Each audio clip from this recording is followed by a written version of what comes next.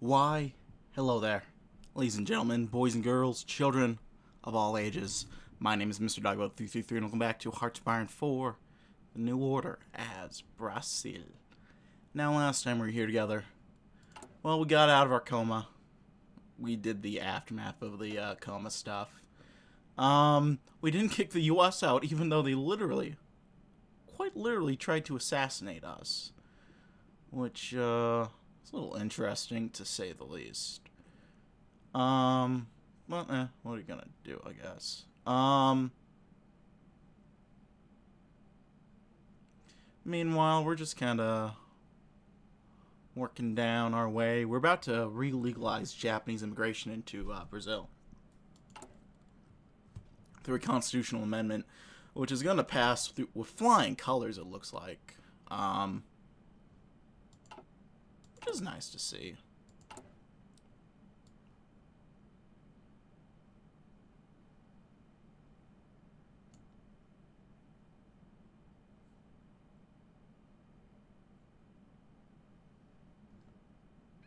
There we go. You're gonna have a troop deployed, so we'll go ahead and drop that down.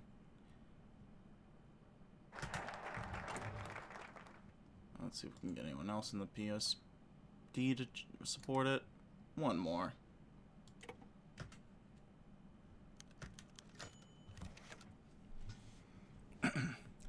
Good afternoon. This is Midday News on Hora do Brasil. This is Jurandir Abreu reporting from Brasilia. I can now confirm that the constitutional reforms on lifting bans on Japanese immigration to the United States of Brazil has passed both chambers of the national legislature with the requisite number of votes and is therefore law. Adhemar looked out of the Palacio de Alvarado window and leaned back a little, listening to the reporter. The vote was the result of a barnstorming effort by President Adhemar de Barros, a vote supporter of Japanese Brazilians, since his early political career shortly after the end of Estado Novo. This result will be greatly satisfying to the PSP and to the President, who have both traditionally taken pride in making and then fulfilling promises to the Nikkei, as they call themselves. Adhemar chuckled and emptied his glass of whiskey. This Jurandir seems to have some insight. It's true that I support the Japanese. They're good, hardworking people that have so often gotten unfair treatment here in Brazil. And it's true that I am satisfied at least last Brazil is free to welcome people from the Far East without failing foul of some of the stupid laws set by a coffee and milk dictator in the 20s. Standing up and pacing about a little, Adhemar was overcome with joy. He resolved to have someone take a picture of Washington Luis's portrait. It would then draw a dunce cap on the portrait and send it to a PSP paper to publish in the funny pages. Jokes aside, Adhemar no doubt that he would look back on this moment as one of the great victories in his administration. Irishame. I always forget how to pronounce that. But we got a nice bit of support for PSP candidates in the next election, especially in Sao Paulo.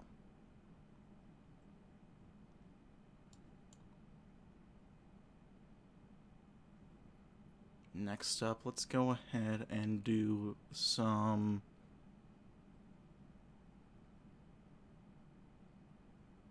Let's do the healthcare revolution. Not a single Brazilian deserves to lead a poor quality of life just because they are deprived of the most basic necessity of medicines. Without the good doctor, President Adhemar will be 6 feet under now. The president himself, with access to finest services across the country, can fall terminally ill without warning, than one of those who cannot sustain themselves with 3 square meals.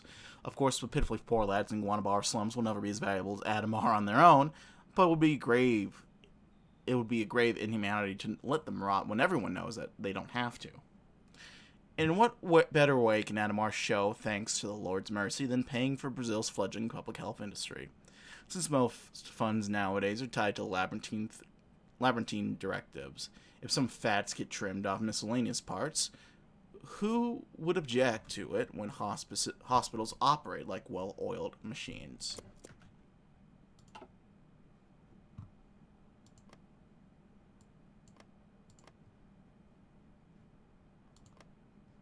Mato Grosso, do we have...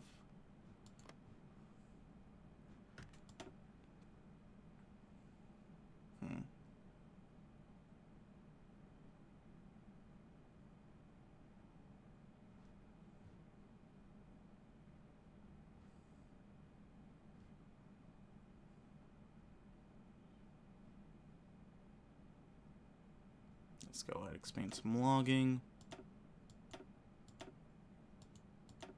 There we go.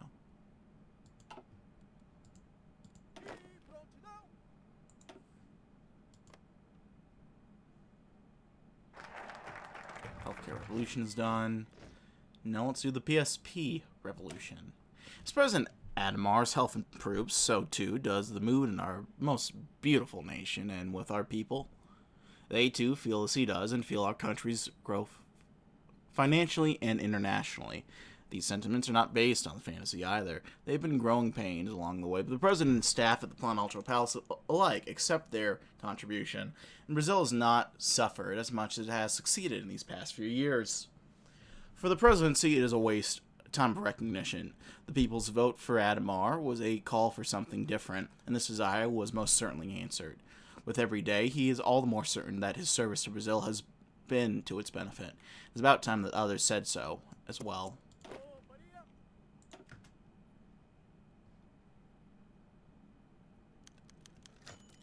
Improved academic base, look at that. We got some smart-ass kids now.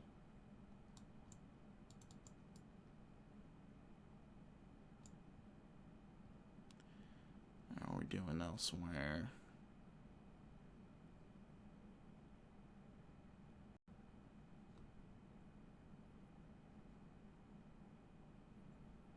Agriculture could use some work, but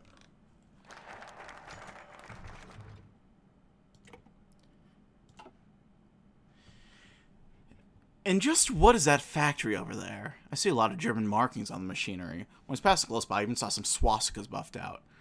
Oh, it's an agricultural factory. Some German company, BF or something, built it here. What about that other factory some blocks away? Over there, it seems like half a staff were Yankees. That there is a Brazilian Ford factory. Seems that our fix or repair daily people really like our markets for some reason. Reports on the current economic situation. President Adhemar's policies have proven to be of a middling sort to somewhat decent success. Inflation remains a concern, but is not accelerating, as it did during the Law administration. Particularly favorable note to be observed is an increase in the portion of surveyed workers that feel confident in their ability to either obtain a job or hold on to one they got. However, business problems. You're damn right there's business problems. That moronic you Dennis bastard of a mayor keeps giving me trouble over this or that stupid city ordinance. It's so goddamn annoying having to listen to this guy yapping next to my ears all the time. Well, you could always get that hold of that guy, you know. That's true, actually. God knows Adhemar's people have delivered from me before. Maybe I should go see. You got that pessimist contact in mind and see what he can do about the city council. Thus, Adhemar made his mark on the industrial landscape. Let's go ahead and bribe TV Global. The free press is respected. That much is obvious. However, as of late, the greedy muckrakers of TV Global have seen fit to levy insult after insult, illuminating so-called truths that Brazil would be better off without knowledge of. This cannot stand, and thankfully, we need not allow it to. There remain those in the corporation who remember its days of journalistic integrity. There remains plenty of funds in our pockets, an influx of funding here, a federal grant there. We know well just how helpful our aid can be for those who see it our way, and how persuasive for those who, as of yet, do not. No expense will be spared to ensure that every triumph is reported on, that every failure is forgiven, as all should be. Only then can the people cast their ballots freely, knowledgeably, and, above all, correctly.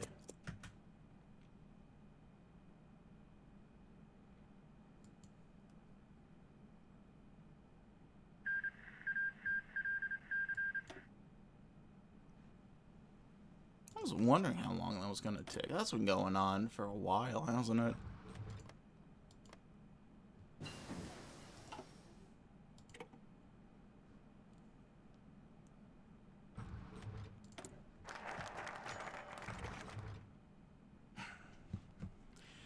Nothing. Standing before the television screen, Lacerda heard nothing.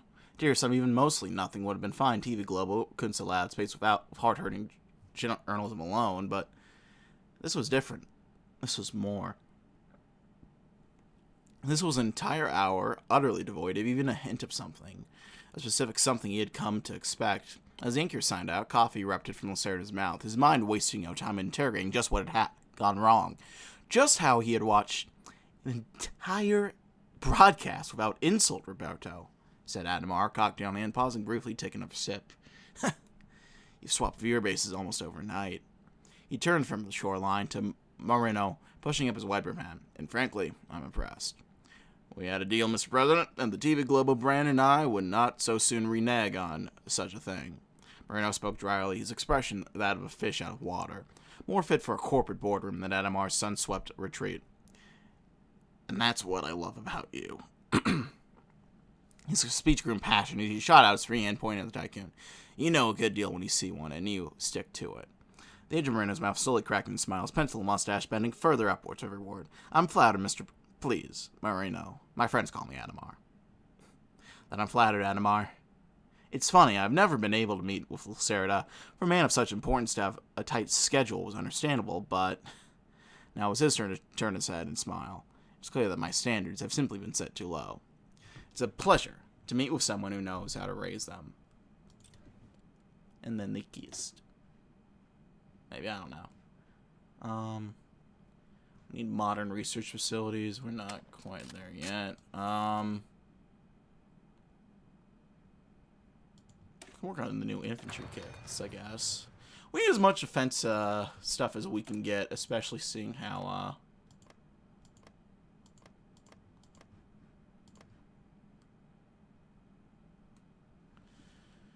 how do I say this? Our military is cripplingly corrupt, so we need to give our boys the best advantages what they can get. And let's do a brush with God. Well, Adhemar de Barros' commitment to God has never been deniable. Whispers now scattered throughout the public of his attendance at church services and cathedrals. The image of a prostrating president fills the imagination.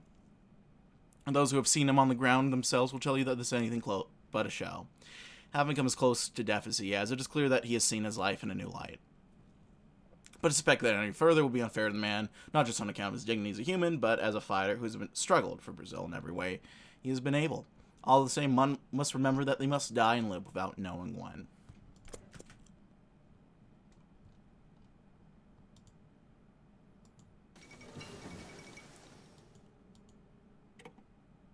Look at fucking Keith go.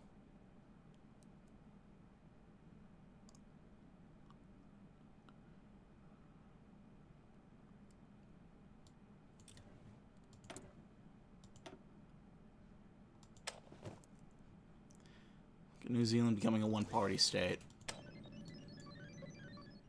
I'll do that, I guess. I don't know. It's getting positive research time. Look at that. Adhemar was many things. A scoundrel, a husband, a businessman, a governor. Most recently, he'd taken on the title of president, yet he retained all that he once was, nevertheless.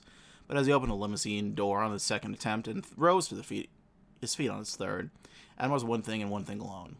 Silent. And his brother was dead.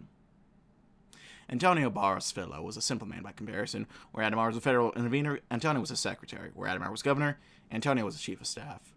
Perhaps Adhemar should have expected that when he would, by some miracle, survive, Antonio would perish. But that was not what was on his mind. What his mind was on. His mind was on one foot after the other, and nothing but. He stopped. He did not know how long it had been since he had last done so, nor did he consider it. Nor did he consider the sounds around him, the mourners and their condolences, for there he was. There was his brother. His face was peaceful and calm and restful, and exactly what he expected, but not quite. It was not real. It was not how he died. It was not his brother. It was what had been done to him. It was proof of fate's cruelty that he had laid comatose when he passed, denying him the knowledge of just what his brother's last was. That he did not collapse in tears, that he did not hurl himself 1 foot forward and 6 feet deep was a miracle in itself, and he paid the protest of his wrist with no heed, as he clasped his hands in prayer ever harder. His eyes were shut as he first heard the shovel hit the dirt. They remained shut as he lost count, as he heard it again and again and again. But at the last second they shot open, dyed red, for the last chance he'd ever have to see him, to see Antonio have her counterfeit. all he saw was himself.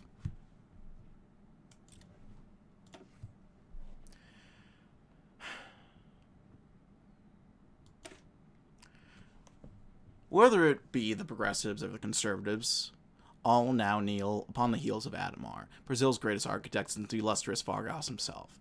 He managed to balance the impossible forces of the impoverished and the oligarchs, two classes fundamentally conflicting, yet united in their wish for a prosperous nation. As the folks in the favela chanted in jubilant rants of the concrete towers, erecting across their habitual squalor, the ordered bureaucrats of Brasilia toil with boundless stamina under genuine patriotism. No other ruler, not even Alexander and Caesar, had ever defied death so boldly as Adhemar, the president of presidents, who now stands before everyone who worked against him in bold defiance against terrible odds. Destiny chose him, and he answered.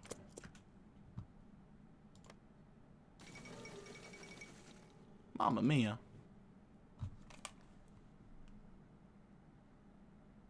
Well, hot autumn ends.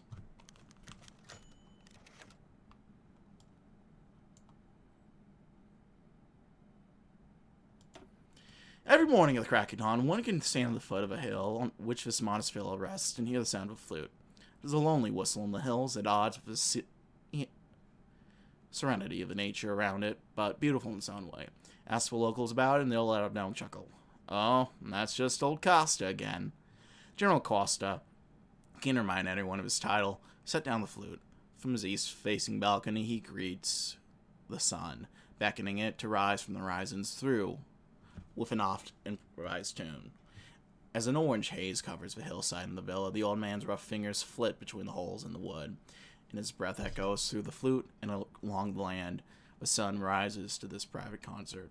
He was once a general of some notability, said the locals. 4 stars once adorned his shoulders, and at the height of his power, he commanded 10,000 men in the northeast. Politicians appreciate his keen insight, so they did not seek them out. It was this first injustice, this slighted sense of detachment, that amplified when Goulart arrived. Oh, he tried to push back.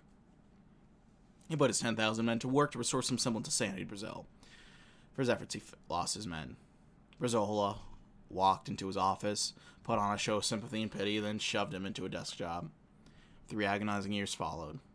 They could not even be bothered to attend his retirement party. We sent an emissary, some pipsqueak from Rio, to hand over a letter whose signature Costa was sure was forged. If he did not have a son in his flute, bitterness might have followed him out entirely, reduced him to flesh and spite animated by visions of what might have been. But the ritual kept him grounded, and he came to accept his retirement with a clear vision of a man who can see the final lines in his book. Costa would not end his song in a discordant note.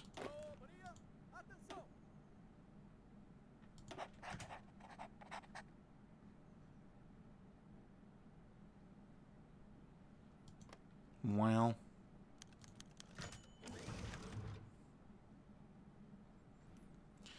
I guess we're coming up on it. Election season has come to Brazil once again. As the new decade appears to be a turbulent one, the people look on with an almost palpable sense of both excitement and dread. The establishment right of Brazilian politics, the National Democratic Union, has been quite busy determining who shall become the champion of Brazilian conservatism as it enters the next decade. The direction of the party's platform itself now hangs in the balance. Despite the faction's wavering base of support, the Banda da Música still commands considerable influence within the UDN, as they have largely fallen behind Malgas as well. He seems to be a continuation of Cesare's legacy within the party.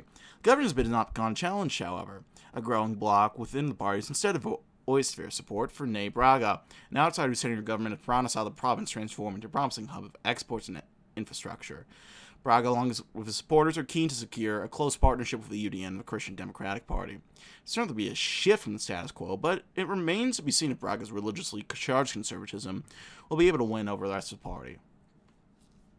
After days of heated debates, this conference comes to close, and the UDN has made a decision.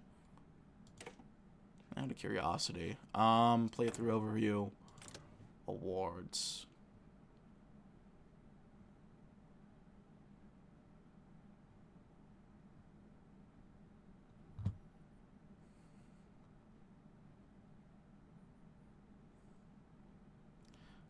Vargas.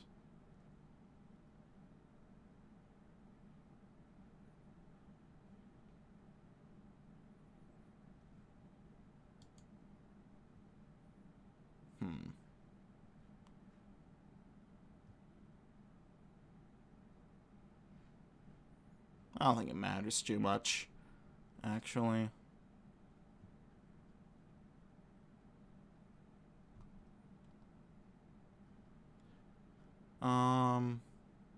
And a lot needs to win here. Vargas needs to succeed. Let's do Nate Braga. Really rub the salt in the wounds with fuckface. Let's expand logging. I see no possible downside to this.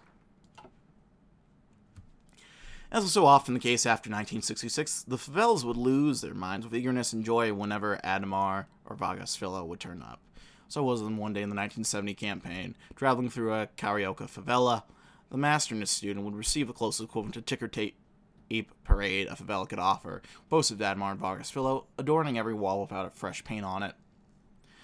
The initial enthusiasm subsided a little as Vargas Filho and Adhemar settled in the public square and prepared for a campaign speech. This gave a group of neighbors time to argue about politics a little. One of them joined in midway and through someone else's rant. And I'm telling you, these people are crazy. They're just having everyone worship them as if they're Nazis. Who do you think they are, putting up pictures of themselves all over the place so you have to clean up after their mess when they're gone? Local Adhemar supporters slammed a makeshift table in anger. What? And you're going to tell me that bastard murderer Slayer is any better? He only talks to the rich hoity-toities on the beaches. He doesn't listen to poor folks like us, not like Adhemar does. Guardian propped up. What about the Travelistas? Whenever they come by, they at least try to listen. Adhemar's strongest believer in that part of the Bella scoff. Nonsense. They're only pretending to listen. They're all communists or rich fat cats or whatever anyway, just like the morons that try to steal Adhemar's safe. Besides, you never see that fatso Goulart coming to visit, do you? At this point, the man was cut off by a loud cheer from elsewhere as Adhemar began to speak. There's a sort of stampede in the direction of the square. Well, now it's time to go on the campaign trail once more. Those treacherous snakes who wish to destroy Getulino's electoral campaign must fall. For if their lack of fitness to rule, then or their hatred of the PSP's great endeavors. One of their best courses of action against subversion is by increasing the party's voter base, whether by bribes and other more unorthodox gifts. If our targets find themselves too virtuous to be swayed by such simple tricks, then there is no reason to shy away from so-called dirty tricks. Perhaps the opposition may call the party corrupt for conducting in such manners, but the stakes here is for those hypocrites to subvert the PSP revolution. Getulino will win no matter what political bullets our enemies will have against him.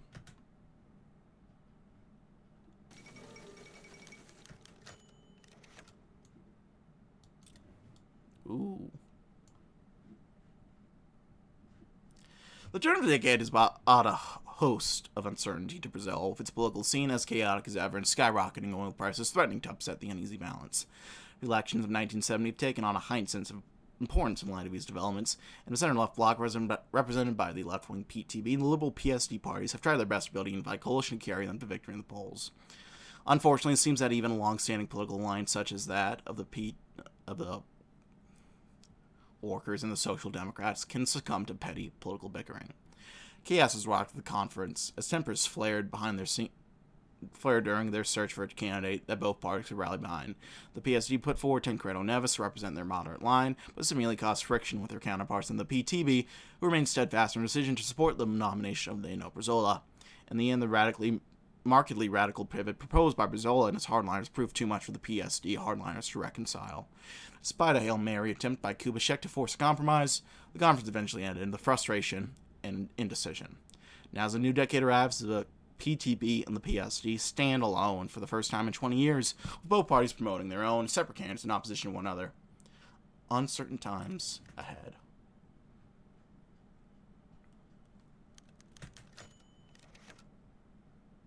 The streets of Sao Paulo today witnessed crowds of PSP supporters chanting and rallying for the party's newly announced presidential candidate, Getulio Anjo Vargas, commonly known as Vargas Jr. Addressing the crowd of supporters in person, flanked by a political ally, Lado Natel, Vargas Jr. spoke on his vision to build a better Brazil for the average Brazilian and work to get away from so-called petty politics. The PSP seems to be entering the upcoming election with a sense of energy and determination, perhaps even expecting an expectation of victory, a far cry from a somewhat marginal position the party held only a decade ago. After coming to power under Adhemar's leadership in 1965, the party is clearly interested in taking the next step and bringing the incumbent party in power. For his part, Vargas Jr. has been a member of the party since 1949 and later became governor of Sao Paulo in the PSP intergovernment. In running for president, he carries with him the legacy of both Adhemar and, of course, his father, two men who profoundly impacted the landscape of Brazilian politics. Time will tell if Vargas Jr. is able to live up to those legacies and whether PSP's political fortune will continue. But for the latter question, at least, the answer is likely positive.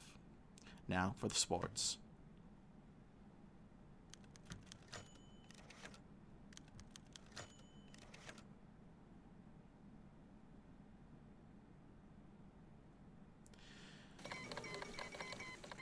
Ooh.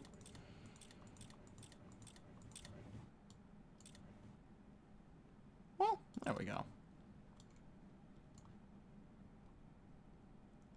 Matthias made sure he was bringing enough film cameras as he needed to record every instant of what he was about to witness, more precisely in a tiny village in a forgotten corner of Brazil, apparently without a name and not even registered on the most detailed maps, and it never will, for it would soon disappear completely under the cover of an artificial lake. Its residents had little choice but to obey the military's directives and leave a site, leaving behind the only home they had. As precarious as it was still their home. Was. Not anymore.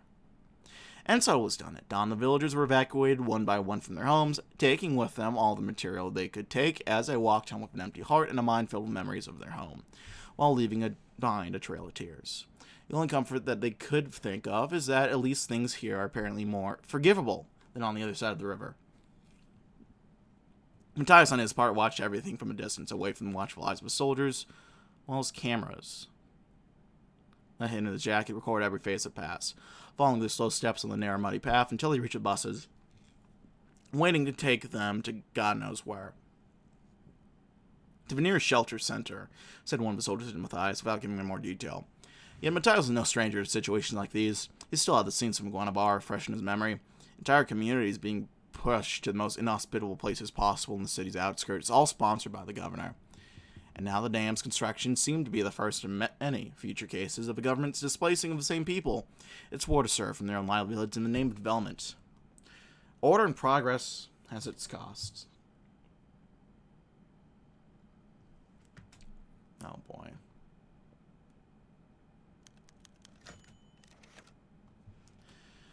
My brothers in Christ, HoI, I'm speaking to you from a generous patron's home in Iberia.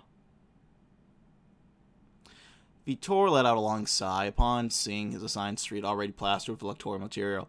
Union posters covered the plasterboard facade of a construction site. PTB and PSP fought for the real estate along a brick wall covering half the length of the street. Vitor walked that length twice until he found a space for his poster. He found a chair in the alley to stand on as he fastened it to the wall. Another 99 to go. Though I remain in exile, I still live with the nation of Brazil in my heart. Osmar blinked. He felt something round clip his ear. He turned to track its journey where an egg with off-yolk yellow yolk had met a telephone box. Then he and every other eye turned to the Georgian, a sneering young man, maybe 20, with a PTB bin on his lapel. Denouncing him as a fascist. The rest of the crowd were much more supportive, and the police closed ranks around Osmar, protecting the candidate from further harm. One of that crowd broke ranks, pursued the young protester off the street. A general call for calm, then the campaign resumed. Our battlefield is not for the palace, but at the roots of politics, among the deputies and even the lowliest councilors. Elsa's eyes scanned the study group for any kind of sympathetic gaze. Polion had ceased talking about the Bible for 10 minutes, and counting, electing instead to speak on more temporal matters. She was proud of her contributions to the PRP. She was not content to study scripture, she wanted to live it. In the new movement to unite the nation, she found her expression of Christian ideals. Elsa now found no sympathetic gaze. Nobody spoke out, whether in agreement or fear. And by God's grace, in 5 years, one of our own shall stand against the degenerates.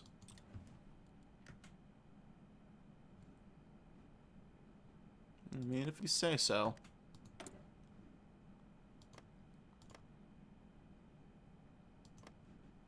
And there go all the,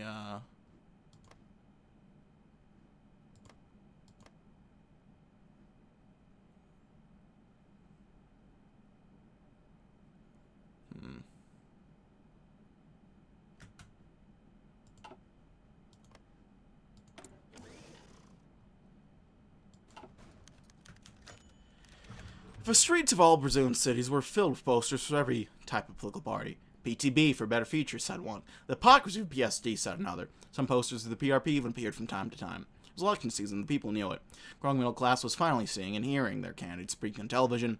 For those who couldn't afford it, they could always resort to the radio. Candidates were up to their usual antics, attacking each other to gain the people's praise. A debate was going to be held in a couple of days between candidates of all political parties. Of course, some were still deciding which one would be theirs. Would the PRP ever compete? Could the PTB and PSD hold their coalition? Will the PSP even have a candidate? Only time would tell. The fate of Brazil hangs in the balance.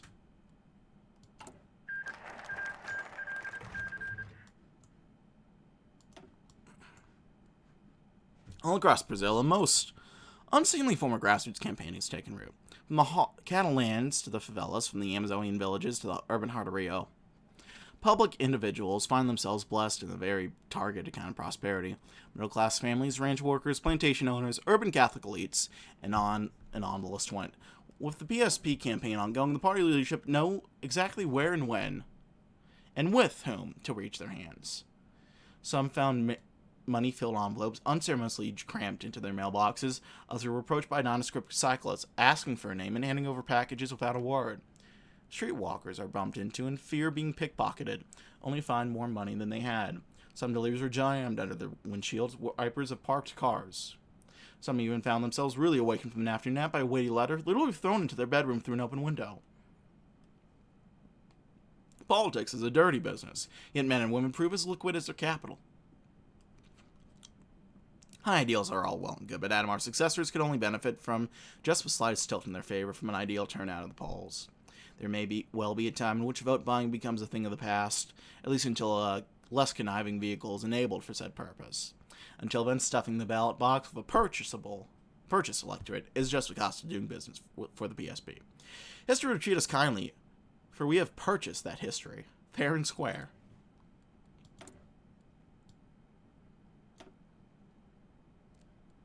What do we want to do? Economy. Can't change anything else, can we?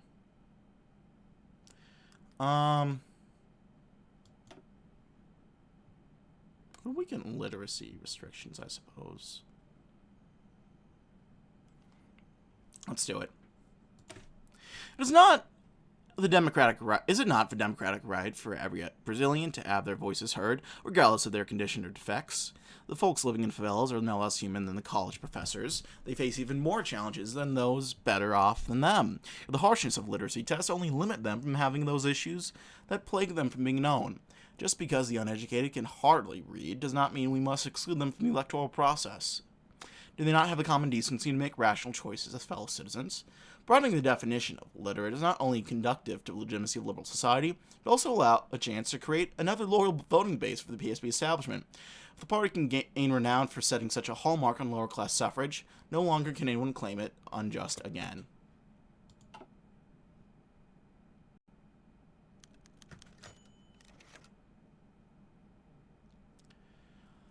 Well, it's time to choose. Interestingly, it seems we did not get the option for Edna Lot. So, the name of the father, campaign for Vargas.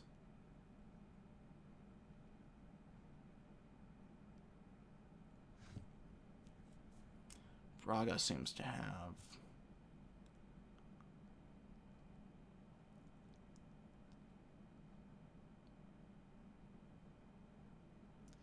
the VTB are campaigning here, so I don't want to.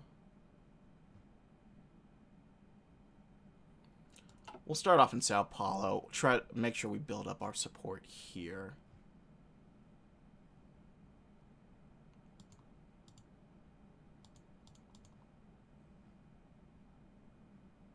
We'll see if we can head to the south next, I think.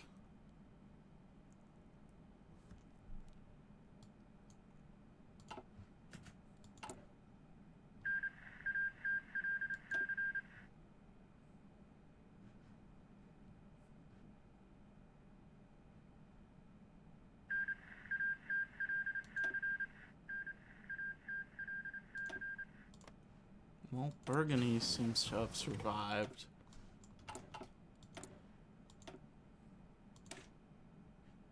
But we'll see how long they I can manage. I'm just researching bullshit at this point. I don't even know what we want, really. Dear and esteemed social progressive campaigners, the recent elevated and correct measures passed by the Electoral Commission at our esteemed President's direction, there's now significantly increased opportunity for us in rural towns and favelas throughout Brazil. People who were previously banned from voting for the offense of being unable to read and write are now seeking guidance as for whom to vote. You, ladies and gentlemen, are well placed to provide that guidance. On your arrival in rural and depressed sectors of your areas of operation, you should carry out as normal in your dealings with those that were already eligible to vote. As for newly empowered, one of the most important things you must keep in mind is not to use text-based media in your campaigning. The letters Adhemar, let alone something longer like Vargas Filho or Partito Social Progressista, are of no utility to a person that cannot read. The sounds themselves, on the other hand, and illustrations corresponding to them are what will win people over. In addition to Governor Vargas Filho's own promises and his heirship to his great father, he can use all sorts of promises and incentives that require little mental outlay to gain purchase in people's minds. Specific guidance on things that have been found to work thus far is enclosed below. We wish you all success in your effort. Signed, the committee.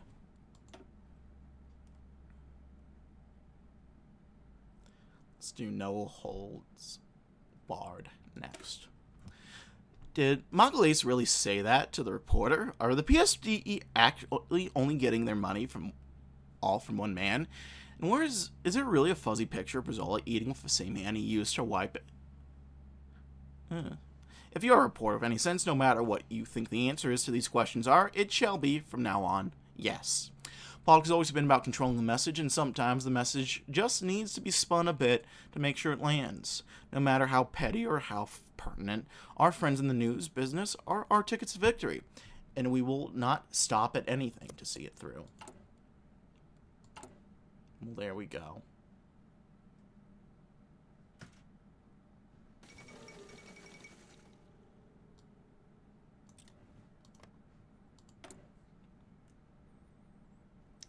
Now, France is having their elections. Speaking of elections, let's go ahead. Cash for votes, baby!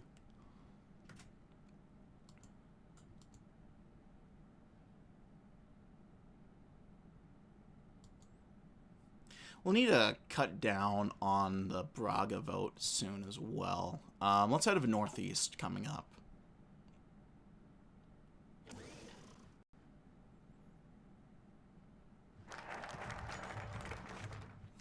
As the PSP regime of Adhemar seeks to consolidate its grip on power in preparation of the president's retirement, the recasting of the levers of power in Brazil have manifested it in this grip the progressistas have over the media, or rather the influence they have of those who do. Following a recent hit piece by an independent journalist targeting the UDN, attorneys representing numerous UDN's party officials promptly filed a lawsuit against them. The article could not have been more obviously yellow journalism if Randolph Hearst had risen from the grave and began publishing Portuguese. From conspiratorial accusations surrounding UDN's involvement in the botched coup d'etat in 1951 to trifling and ableist mockery of John Quadros' notorious walleye, any law warfare assault could look at such information and easily comply a case for slander and libel. Trial was quick, and the arrest almost immediate. A book shut as quickly as it was open. It will not stay that way. Shockingly and unceremoniously, the journalist in question was released from incarceration with very little official explanation from the authorities. Officially, the judge had reconsidered jail time for sentencing and allowed the reporter to go on free on probation. Unofficially, it speaks to the influence now held by the PSP in the legal system and God knows where else. A nation already plagued with corruption now sees even minor bad faith actors protected by a system of political patronage and backroom deals. Speak no evil, see no evil, hear no evil.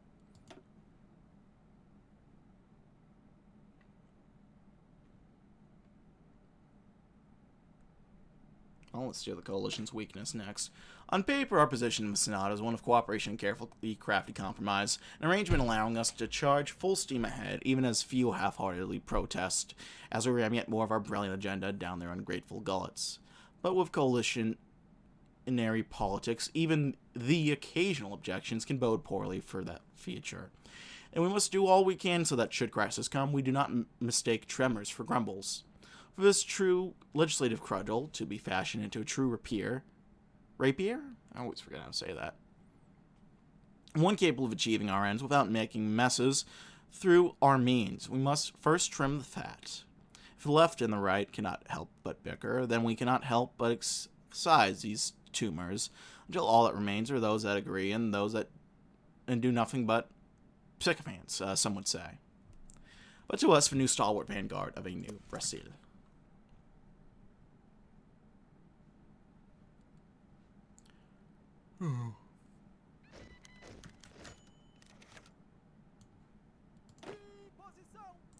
It happened every few weeks after his hospitalization. Hack journalism and cameras surrounded the Palacio.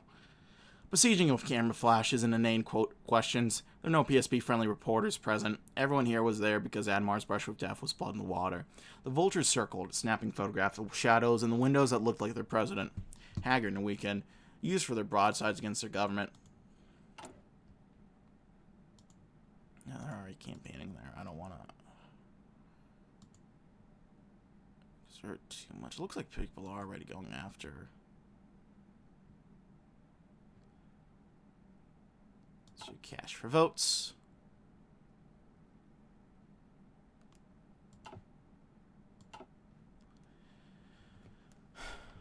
In the balmy weather, a photographer from the Noticias Populares wiped sweat off his brow and raised the camera up. Adhemar somewhere in the buildings, though he still had taken enough photos of servants and functionaries to suspect that he might have struck out when the film was developed. Still, he dutifully took picture after picture, prickling the palace and its attendants with fleeting flashes of light. He had circled around the back and taken some photographs of meeting rooms and guest bodyguards.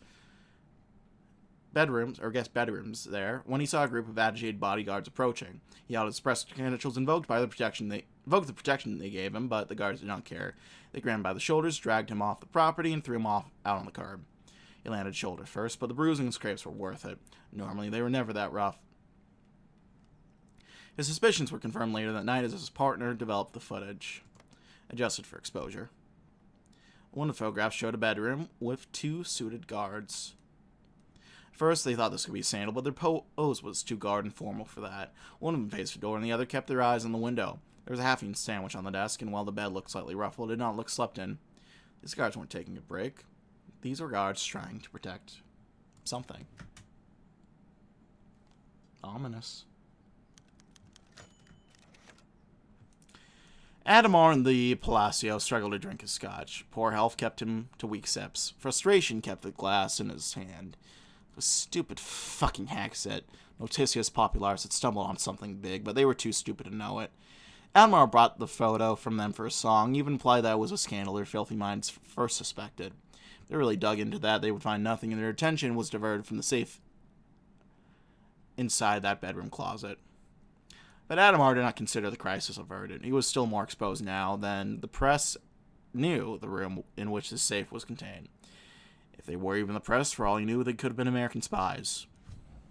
All it needed was a slightly more diligent hack to pick up where the Udian's rag left off, and all that remained of his hush money would be exposed. Seizure, jail time, a reputation, and a legacy in shambles. Even a year ago, Adhemar might have put it out of his mind, but his shaking hand and weak breath gave him a newfound appreciation of fear. The safe had to be moved. That was a conclusion he reached after an hour of ruminating and drinking. But who could he trust? His cabinet wasn't an option. Half the people he knew personally might try to crack it open for themselves. No, he needed someone he could trust. Someone loyal. Someone not stricken with greed. He flicked through his mental contact list until he pulled out a card with a familiar, trustworthy name. His hand reached his phone, and he dialed in the one person who he might be able to trust. Anna. It's Adhemar. How have you been? He turned up his smile to help absorb the charm. Oh, how lovely. Please send them the best. Now, my dear, I have something I'd like to ask you. Oh, no, nothing like that. I just need you to look after something. He smiled wider. Great. Now, listen carefully.